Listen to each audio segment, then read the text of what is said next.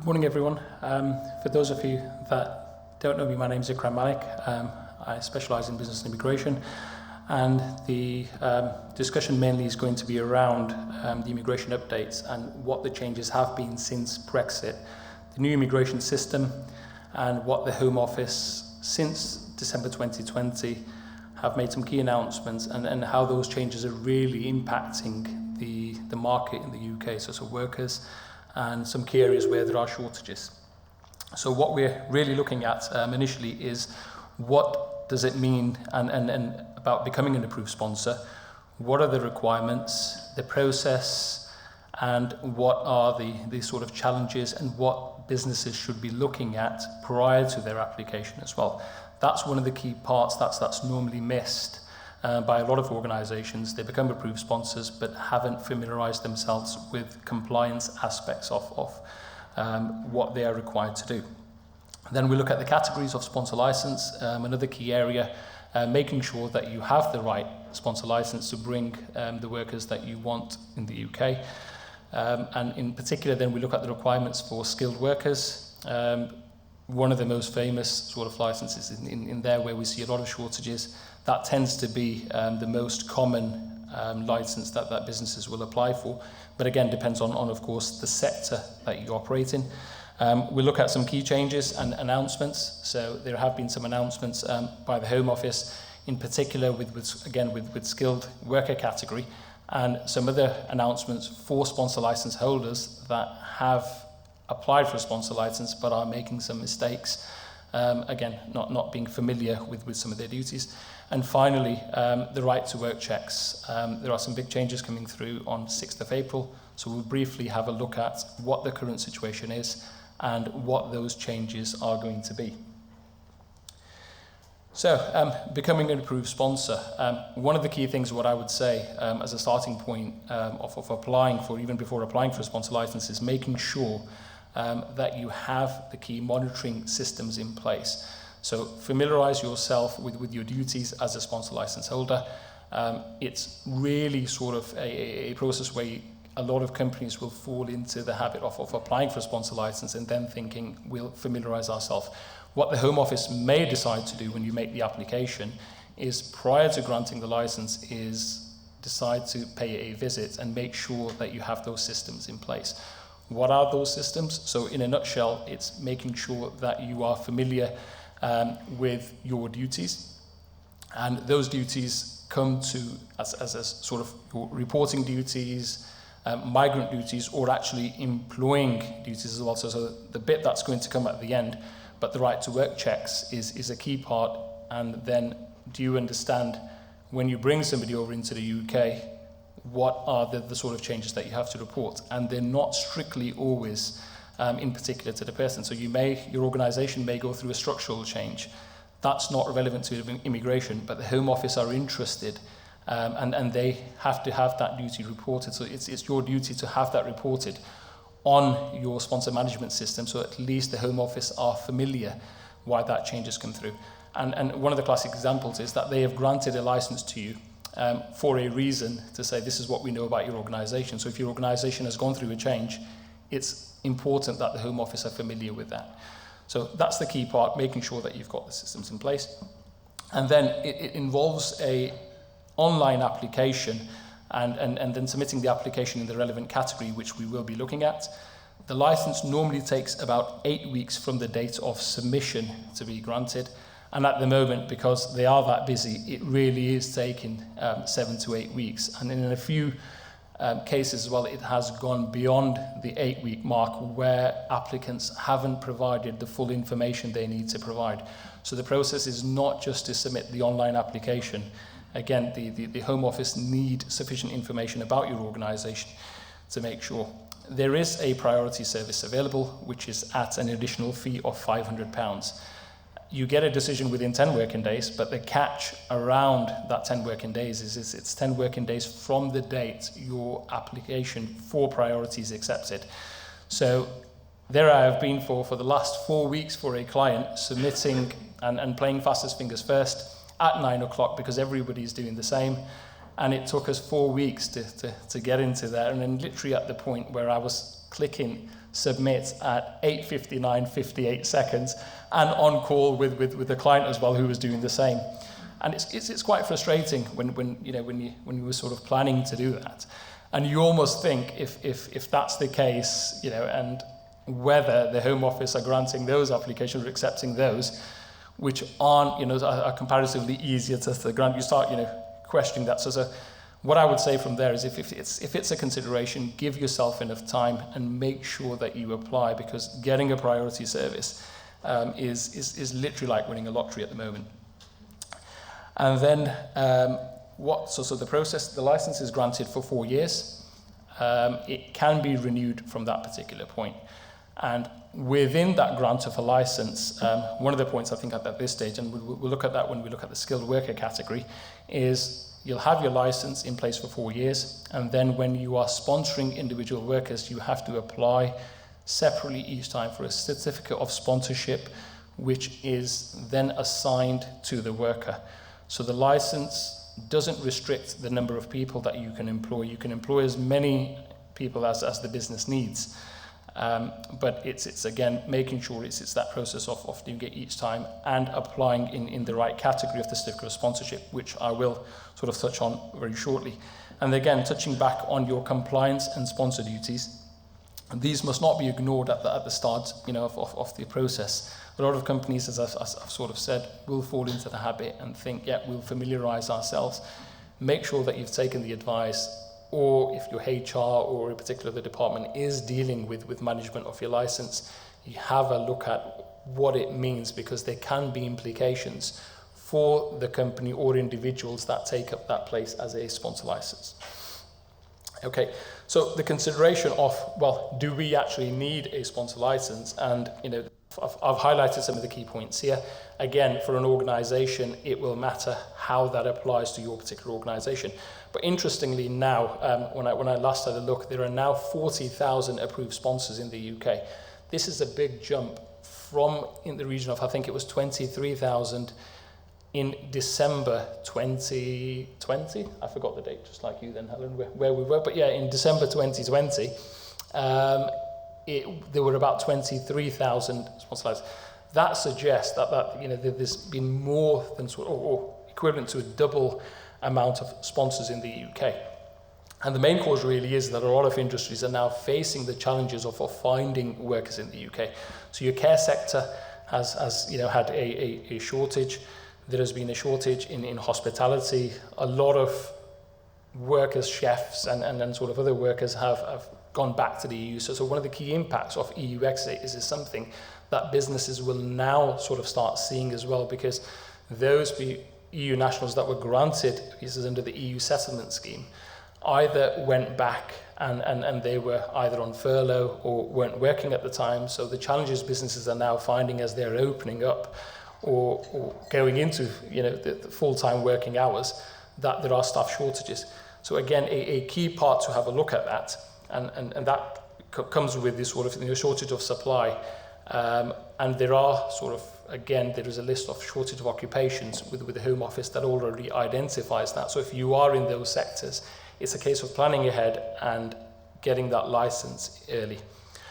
One of the key advantages, and I've spoken to many sort of businesses, is you may not have the need to bring skilled workers from overseas, but the UK has a lot of overseas students who come to the UK each year. They'll graduate and they are looking for jobs. It's a key part, because what they do and what the universities advise them to do is have a look at the sponsor of register. So if your company doesn't have a sponsor license, you may never see an application from a very sort of talented person who may well apply for a job, but an individual will not think that the business will get a sponsor license for them. So you may not see a lot of applications. So that's a consideration if you are in a competitive industry. It's worth having that sponsor license, even if immediately you're not considering to employ somebody from overseas, but you are finding that there is, the applications that you're getting for recruitment are not up to the standard that you're looking for. And then the obvious one is employ specialist staff from overseas. And if you've identified staff from overseas, then that's the obvious one where you would automatically need a sponsor license. So your categories of sponsor license really are your skilled worker, intra-company. The intra-company is for multinational companies that have overseas presence and they want to bring staff over to work in the UK. International sports person, the Minister of Religion, your charity workers, creative and sporting, and then your religious worker. And some of those categories that you'll see a slight overlap with is the international sports person, and then you'll see a creative and then sporting category. Again, commonly where a mistake is made by businesses in applying for a wrong category, but when they look to sponsor the migrant, then the mistake is made. Or with the Minister of Religion or the religious worker category, fine line between the duties that they will have and the category of license that you want. So the key thing is get the advice early and make sure that you've applied in the right category. Okay, so what are the requirements for bringing employed skilled workers from overseas? They must score 70 points. Starting point, of course, for the employer is to have the license in the relevant category. Your first 20 points are then granted to the applicant for the employer to assign the certificate of sponsorship to the skilled worker. And the next 20 points are that the job must be at the required appropriate level, which is RQF level 3. This dropped down from RQF level 6 when the new immigration system came into place in December 2020. And it doesn't mean that the migrant that's coming over to the UK needs to have a qualification at that level. The requirement is that the job that's being advertised needs to be at the level. And then meet the English language requirement. So that can be met in 3 ways. If you're a national of a majority English-speaking country, you would not sit the test. Otherwise, they have the approved test, or if you have a qualification that is recognised at the approved standard, you would meet the English language requirement, so 10 points for that, so that's 50. And finally, your salary must be at the appropriate level, which is at least £25,600 per annum, or the salary specified in the occupation code, whichever is higher of the two. There are some cases where the salary may be less than that, and those examples are where you have a occupation that is listed on the PhD listed occupations, it is listed on the shortage of occupation list, or finally, if the individual can be classed as a new entrant, and there are various criteria for looking at that. One of them is again somebody aged under the age of 26 and is a student, so that's one of the criteria that are there, and you are then able to trade points with that, but the lowest salary that can be paid must be £20,480. And these salaries are calculated on a 39 or a 40-hour week, depending on where the occupation code is. So if the worker is likely to work more than 39 hours, then you would calculate what the relevant salary needs to be. Okay, so some key announcements from Home Office this year and last year. Care workers, as it's been long news about shortage, so they've been added to the shortage of occupation list and are eligible to apply for the health and care worker visa, which was another visa that was introduced by the Home Office away from the skilled worker category to really fill that shortage, to quicken up the process. So that's for now being added for a particular period of 12 months. And the government will assess whether that shortage continues, and then if it goes beyond the 12-month mark. One of the other key things that's sort of ended is the concession in the visa application fee and the certificate of sponsorship fee that was there for the CSSC nationals. So those were majority of your European countries, and Turkey was added to that list. That ended on the 26th of February. So if you're now bringing somebody in from the UK, you will be paying the full visa application fee and the certificate of sponsorship fee, which is £199. And there has been a new process that's been introduced for extension of skilled worker visas from within the UK. So there was a lot of problems and challenges being faced with of course, the pandemic, appointments not being available. So now, if you are submitting an application, the candidate is not required to go and attend a visa centre in the UK to enrol their biometrics. They take this, the information from the last one, and you upload a photo. So it's a much quicker process that has now come in for those applying for extension. The process still remains the same if they're applying for the first time, but a much quicker process, of course, now in place. And sort of finally, and then this is the key part that I've sort of wanted to highlight again, one of the notes that we saw on the sponsor management system very recently was that sponsor license holders are now being urged to apply for the correct category of the COS. So you have two categories of your certificate of sponsorship that you would assign to an individual, which is either your defined certificate of sponsorship or undefined. And getting that category wrong is one of the things that can potentially, you can lose your sponsor license. So the migrant would, of course, not get the application, but the Home Office deem that to be one of the duties for you to be familiar with.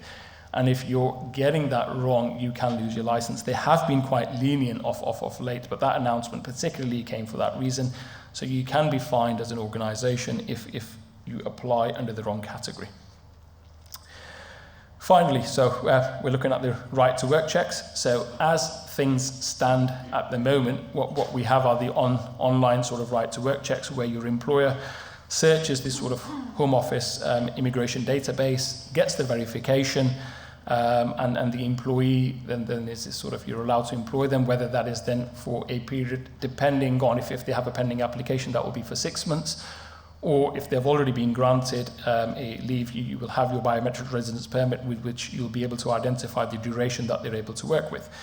You're of course able to do your manual right to work checks.